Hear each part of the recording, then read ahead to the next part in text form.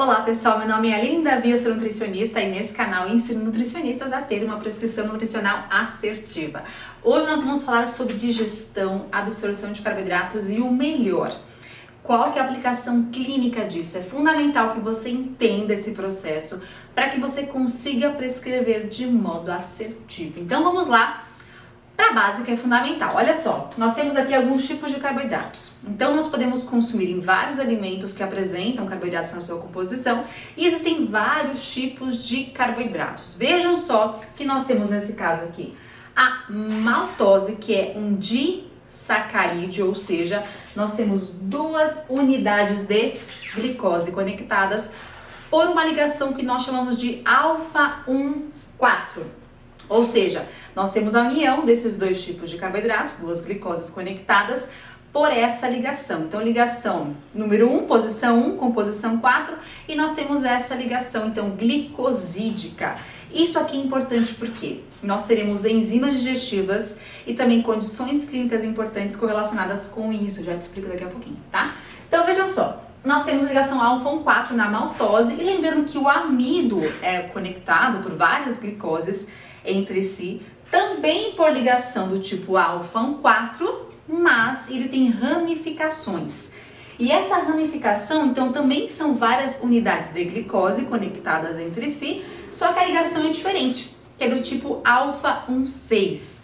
Então, nós precisamos de enzimas específicas para romper, para hidrolisar essas ligações e nós temos essas enzimas. Que bom, né? Então, vejam só. Isso aqui é importante pra gente. Só que nós temos outros tipos de carboidratos também. Por exemplo, nós temos a sacarose. No caso da sacarose, nós temos uma conexão de uma glicose com uma frutose e, consequentemente, a ligação é diferente, o tipo alfa-1,2. E nós também temos enzimas para isso. A lactose, como vocês sabem, também são dois carboidratos conectados entre si, que é a glicose e a galactose. A conexão é beta-1,4.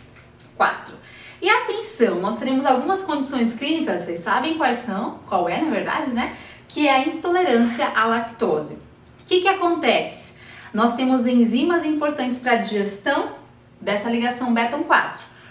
Porém, nós podemos ter pacientes, alguns na verdade, né, que apresentam uma redução da enzima lactase. A enzima lactase faz a quebra, faz a hidrólise da ligação beta-1,4. E olha que interessante, cada enzima tem a sua ação específica. Então, por exemplo, a lactase só quebra a ligação do tipo beta-1,4.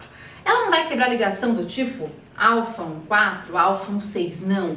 Cada enzima tem o seu papel. E é por isso que pacientes que apresentam redução da enzima lactase, consequentemente apresentam desconforto gastrointestinal. Eu vou te explicar o porquê daqui a pouquinho. Então, olha que interessante. Nós temos então o processo de digestão completa da lactose. Você comeu lactose e outros carboidratos, obviamente. Então, pode ser um pão, pode ser um bolo, pode ser uma batata, qualquer alimento que apresente o carboidrato, seja ele maltose, seja amido, seja sacarose, seja lactose, nós temos a digestão completa desses carboidratos, mas aí nós temos um processo que é importante, que começa desde a boca. Então, olha só, na boca nós temos a amilase salivar, que está presente então aqui na nossa cavidade oral. Quando a gente consome o alimento, nós teremos então a digestão específica de uma ligação alfa-1,4. Então, percebe comigo aqui, ó. Eu tenho a digestão de alfa-1,6, beta-1,4. Eu vou digerir aqui lactose? Sacarose? Não. Eu vou apenas digerir a ligação do tipo alfa-1,4. Então, na minha boca eu consigo digerir. Agora, presta atenção. Pensa que aqui, ó, eu tenho, por exemplo, várias unidades de glicose.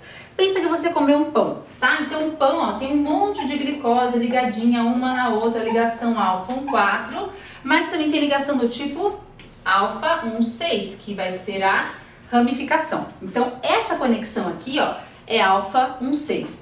Essas outras ligações entre as glicoses é alfa-1,4 também, mesmo dentro da ramificação. Ou seja, será que você consegue digerir todo o amido na sua boca quando você consome um pão? Talvez você mastigue mais ou menos, só que o seu corpo é tão inteligente que a digestão do amido, da ligação alfa-1,6, não acontece apenas na boca. Nós temos outros processos adiante que vão completar essa digestão.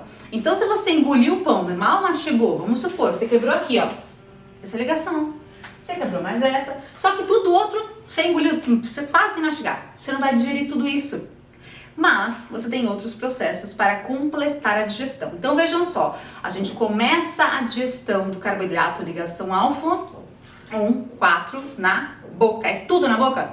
Não, uma parcela, uma parte. E pode reparar, quanto mais você mastiga, mais tempo fica aquele componente, aquele amido na sua boca e mais vai ser digerido. Faz o teste. Deixa um pãozinho na boca, ele vai se dissolver, vai virar uma aguinha, uma papinha, né? Claro que tem a saliva também que auxilia, né? Mas obviamente a gente tem aqui a enzima para fazer esse processo. Pois bem, você engoliu o alimento. Esse alimento vai chegar no seu estômago. Só que essa enzima, concorda que ela vai descer junto? Vai descer o pão junto com a enzima lá pro seu estômago. Só que olha que inteligente, no nosso estômago nós temos uma inativação da enzima amilase salivar. Afinal, ela é inativada por um pH abaixo de 4, que consequentemente no estômago é um pH menor do que isso. Ou seja, ela está presente no seu estômago, mas ela não atua por lá. Tudo bem, sem problemas, então nós não teremos a ação, uma digestão de carboidratos no estômago. Só que o alimento vai caminhando, né? Vai passando para o seu intestino. Quando chega no intestino delgado, lá no duodeno, nós temos uma outra enzima presente. Então, amilase pancreática. Se é pancreática é porque veio do pâncreas. O pâncreas liberou, jogou lá no seu duodeno a enzima amilase pancreática. Se é amilase, ela também faz digestão da ligação alfa-1, 4. Ou seja, eu vou conseguir quebrar mais ligações que faltaram. Ótimo, né? Porque eu preciso quebrar as ligações. O meu corpo, o seu também, não consegue absorver, não consegue ter a passagem do intestino para o sangue, basicamente, de carboidratos complexos, carboidratos que estão mais conectados, apenas uma unidade única passa.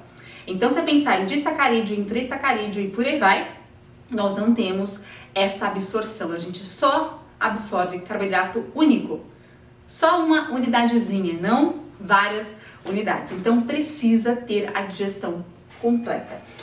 Tudo bem, lembrando que aqui o pH ele é mais alcalino, né, no intestino, então essa enzima funciona tranquilamente e tá tudo bem. E aí vejam que nós temos ainda mais segurança, é tão importante digerir os carboidratos. Eles são tão fundamentais que nós temos várias enzimas importantes para completar essa digestão. Então olha aqui, jejum, lá no intestino, nós temos várias enzimas específicas. Ou seja, glicoamilase também confere mais uma quebra da ligação alfa-1,4 para garantir que tudo vai ser quebrado. Que vai ter lá só uma glicosezinha prontinha para ser absorvida. Isso é uma segurança importante. Além disso, alfa-dextrinase, nós temos o rompimento, a hidrólise da ligação alfa-1,6. Lembra que a gente tem ramificações? Então eu tenho que quebrar também. Então, consequentemente, tem enzimas específicas para quebrar as ramificações presentes aí no carboidrato, né? Então, por exemplo, o amido.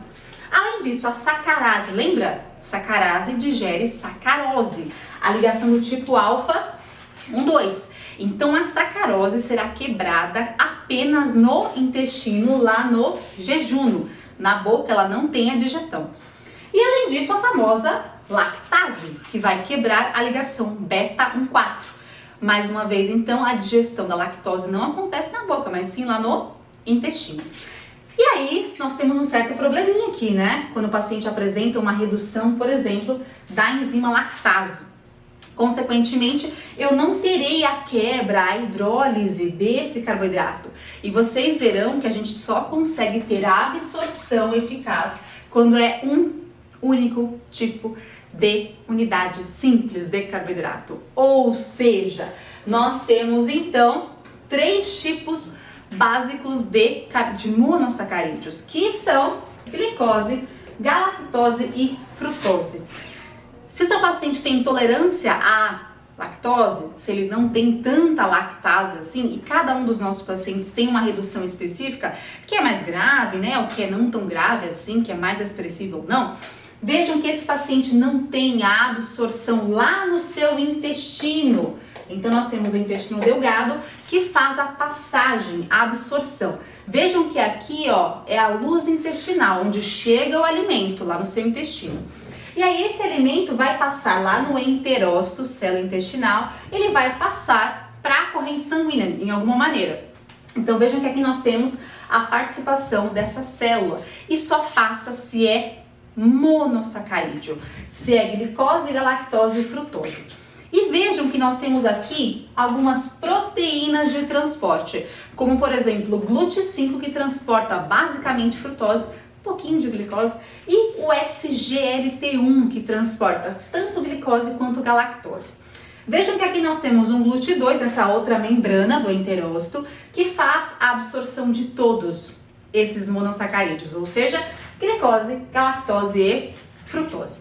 No teu sangue tem glicose circulante? Tem, mas tem frutose e galactose? Não, porque o teu fígado ele é muito esperto, ele vai converter tudo isso em glicose. Não tudo, claro, né? Porque ele pode pegar a glicose, a frutose ou a galactose e seguir outras vias metabólicas também, é claro. Afinal, o fígado faz de tudo e mais um pouco, né? Mas pensando em simplificar a reação, nós temos então uma disponibilidade dessa glicose que o nosso fígado pode produzir. E aí vejam só que esse intestino também pode utilizar esses carboidratos como fonte de energia também, mas é claro que ele vai utilizar uma pequena quantidade, uma pequena parcela para si próprio, afinal o carboidrato é fundamental para a produção de energia celular e o restante será, enfim, absorvido por esse indivíduo e, consequentemente, funciona como substrato energético, o excesso pode ser convertido em gordura e por aí vai, várias vias metabólicas importantes, né?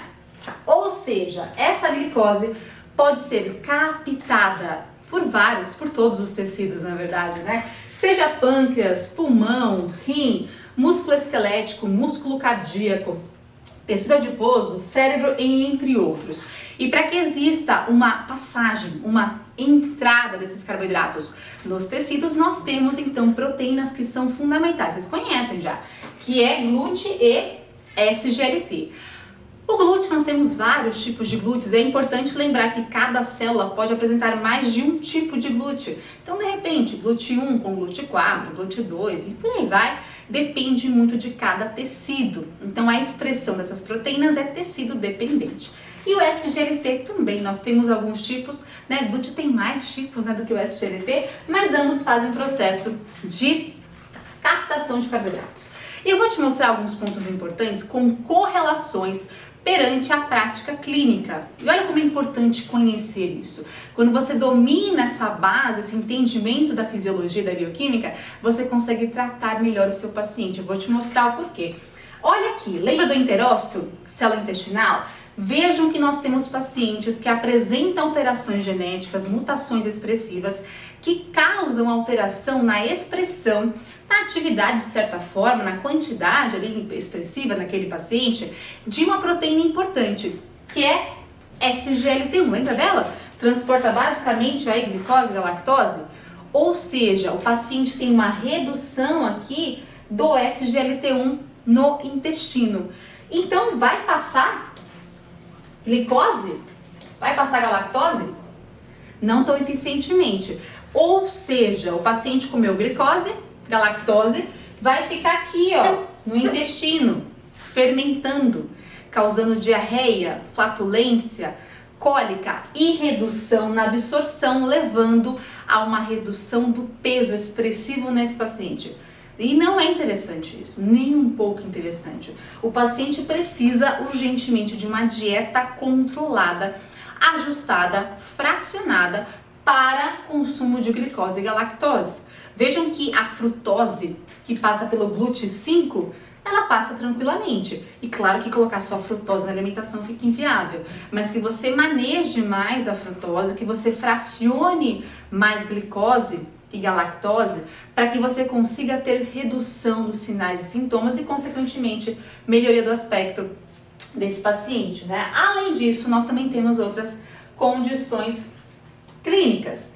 Essa condição aqui é a síndrome de Vivo, ela é bem rara, é uma mutação genética também, onde nós apresentamos nesses indivíduos uma redução de um outro tipo, uma mutação genética de um outro tipo de componente, de gene, né? Quando a gente fala de mutação é um gene, envolvido com a proteína GLUT1, lá no sistema nervoso central. Então, nós temos também uma passagem, uma captação de carboidratos pelo cérebro, e nesse sentido nós temos o GLUT1 ali disponível para essa captação. Só que o paciente apresenta uma redução nesse GLUT1 e, consequentemente, a glicose não passa. E vocês sabem muito bem que a glicose é um substrato importantíssimo para o cérebro. E, consequentemente, esse paciente não tem disponibilidade de energia, não tem ATP sendo formado tão eficientemente porque não tem glicose entrando. O que acontece? Esse paciente começa a ter convulsões. E muitas vezes o médico acha que alguma condição, de repente, uma epilepsia nesse indivíduo, trata com medicações para essa condição clínica e o paciente não melhora. E aí o médico começa a desconfiar. Obviamente, como é uma questão genética, a gente precisa fazer um exame genético para a constatação exata dessa doença. Mas se ele viu que o paciente não teve melhoria dos sintomas com a medicação específica, bom, então pera lá, tem alguma coisa errada acontecendo. Será que esse paciente não faz uma captação de glicose e por conta disso tem processo de convulsões? É algo que deve ser investigado. Então atenção a esses sintomas que o paciente apresenta também. O que acontece? Glicose não é captada. Tem algum tipo de auxílio? Tem, nutricional. Dieta cetogênica. Então nós sabemos que a dieta cetogênica acaba tendo então uma produção maior de corpos cetônicos pelo fígado, que demanda, que leva, que libera esses corpos cetônicos na corrente sanguínea que chega até o cérebro e vão funcionar como fonte de energia nesse indivíduo.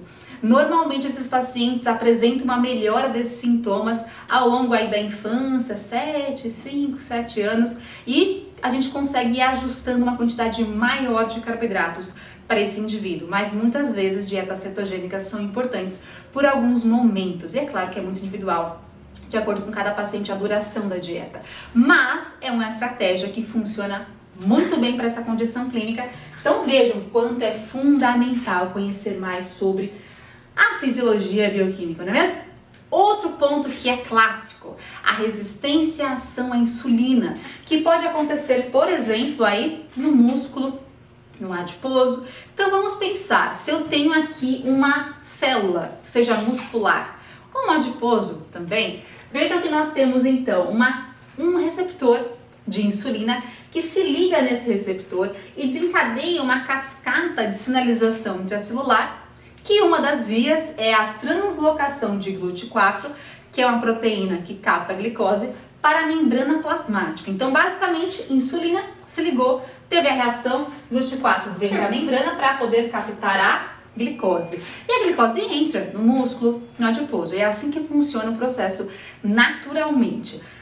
Porém, se o paciente tem especialmente uma elevação de ácido graxo, uma obesidade expressiva, um sobrepeso até mesmo, pode acontecer, né? Nós temos uma elevação de ácido graxo que naturalmente já apresenta uma quantidade maior de citocinas pró-inflamatórias.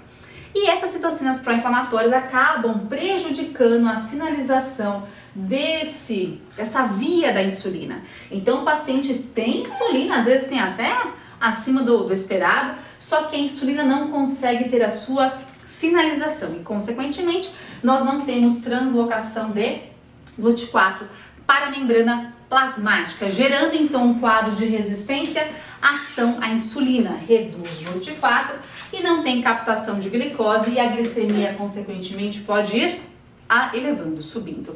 Ou seja, nós temos que pensar em tratamento desse paciente. Estou dizendo que tem que abolir carboidrato? Não, claro que não. Mas fazer um manejo, um ajuste nesse sentido.